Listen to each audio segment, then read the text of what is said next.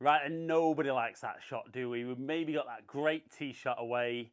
Maybe we're going to get on a par 5 in 2, maybe for the first time ever. Or on one of those longer par 4s that we just always feel that we never quite get to. We just wanted to hit one good shot with that fairway wood, and we've just cold topped it again. What a killer for your game.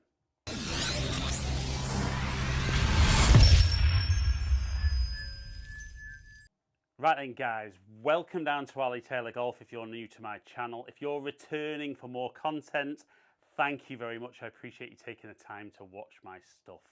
So in today's video, we're going to talk about how we're going to stop you topping your fairway woods forever. We're going to teach you why you do it currently.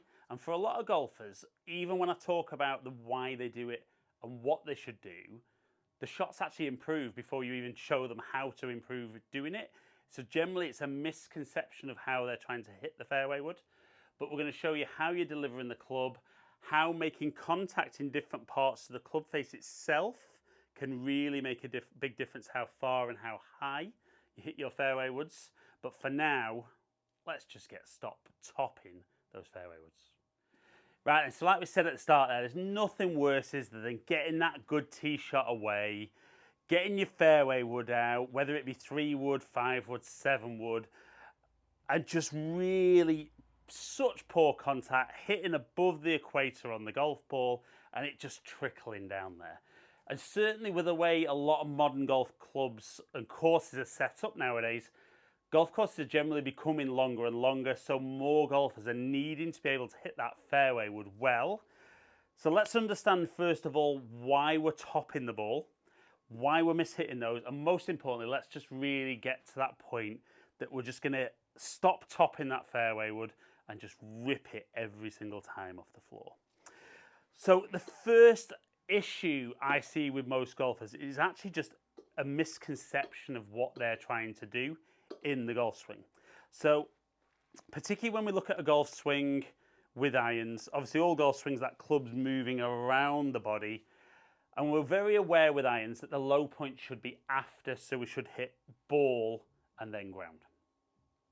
But the big issue I certainly hear as a coach is that golfers get set up pretty decently to the ball, but then they say they're very aware how they need to sweep the ball away, and maybe even that concept like they do with driver, feeling that they hit the ball on the way up.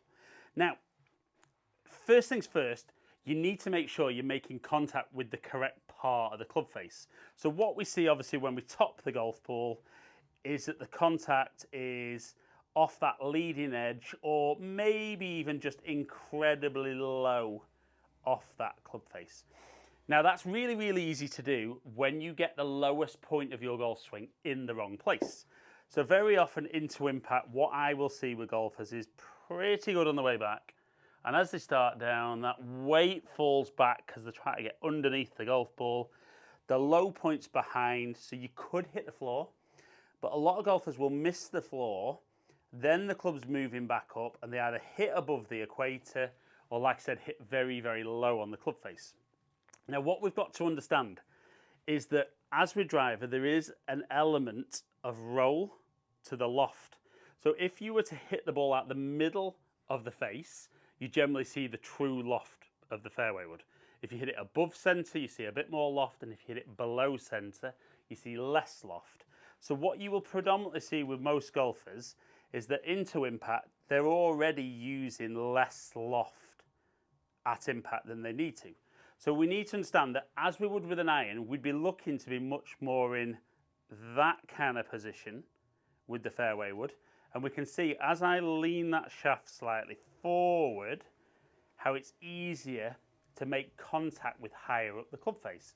So that's a really, really key ingredient to you topping those fairway woods. So then what I would say is get the golf ball out the way, have a few practice swings, set yourself up as though the ball's there, and I wouldn't even mind you feeling like you're taking a divot or kind of brushing the mat here, but we're going to try and touch after where the golf ball would be, very like we would do with an iron. So that felt good. That felt good. Really good.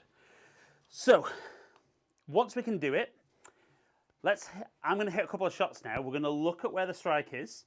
We're going to see how much loft. My 3-wood's actually only got 13 degrees of loft on it, so it is a very strong lofted fairway wood.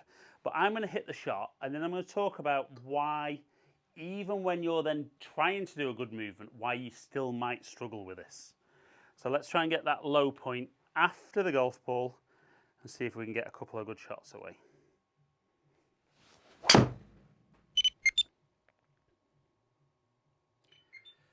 So we can see a tiny little fade. So my club's travelled down 4.1 degrees. My low point was 4.4 inches after the golf ball. Launched at 10.7, and that one's got out around 240 yards. So that was pretty good. So if I go again.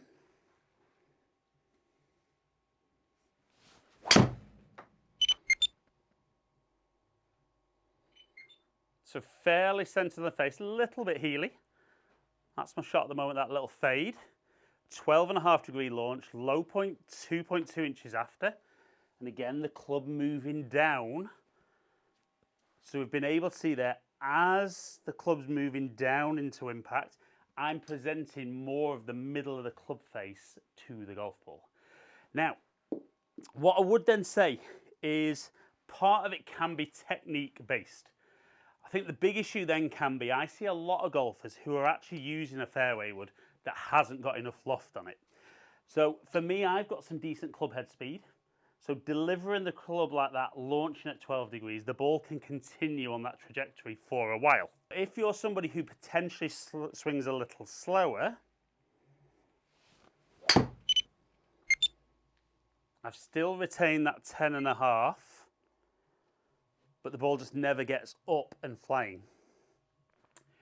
So we can see there, still got over 10 degrees of launch angle, but because I didn't have enough club head speed to get the ball launched up and keep flying, I actually lost a lot of distance in carry particularly. And what I do tend to see there is a lot of golfers know that they want to get onto that left side, get that low point after the golf ball, but they find when they do it, that ball flights so low and goes nowhere that almost instinctively then they end up falling back trying to add loft. So if you are somebody who, generally speaking, with every other club in the bag, are quite good at getting your low point after the ball, particularly with those irons and hitting good shots, it'd be worth, if you currently carry a 3-wood, try a 5-wood or try a 7-wood, because as soon as there's enough loft on there for your swing speed, you can really take advantage and start hitting some really, really good fairway wood shots and getting some really, really good distance. Right then guys, so you could see there, initially it was that thing of not trying to sweep the ball away, which is what a lot of golfers do with the fairway woods. Still allowing the club to move down, not trying to hit down, just controlling where the lowest point of the golf swing is, so that straight away we're starting presenting the loft of the club to the golf ball. And if you can do that, you're then going to start hitting good wood shots, not necessarily going to hit the ball as far as you could do, because like I spoke about in the second part there, sometimes guys are using the wrong equipment, and a lot of golfers feel that 3-wood's going to go the furthest off the floor. I fit so many golfers that 5-wood or 7-wood, they hit a lot further than 3-wood. So it's that combination about doing your end of the bargain as well as you could, but equally having equipment that makes it easier for you to hit great shots and hopefully really, really improve the ones that aren't quite as good.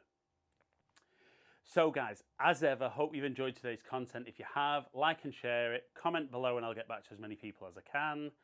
If you've enjoyed today's video and you don't currently subscribe, click that subscribe button, ring the notification bell, and then you'll find out when I drop a new video. Follow me on all my social media platforms, all under Ali Taylor Golf. Hopefully catch up with some of you guys down here soon. Stay in contact.